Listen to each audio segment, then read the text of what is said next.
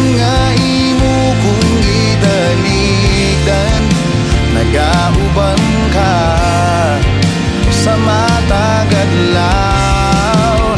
Walay higayon nga imo kung gibiyaan, walay higayon nga imo kung gibuhian. Gihawiran mo ang kinabuhi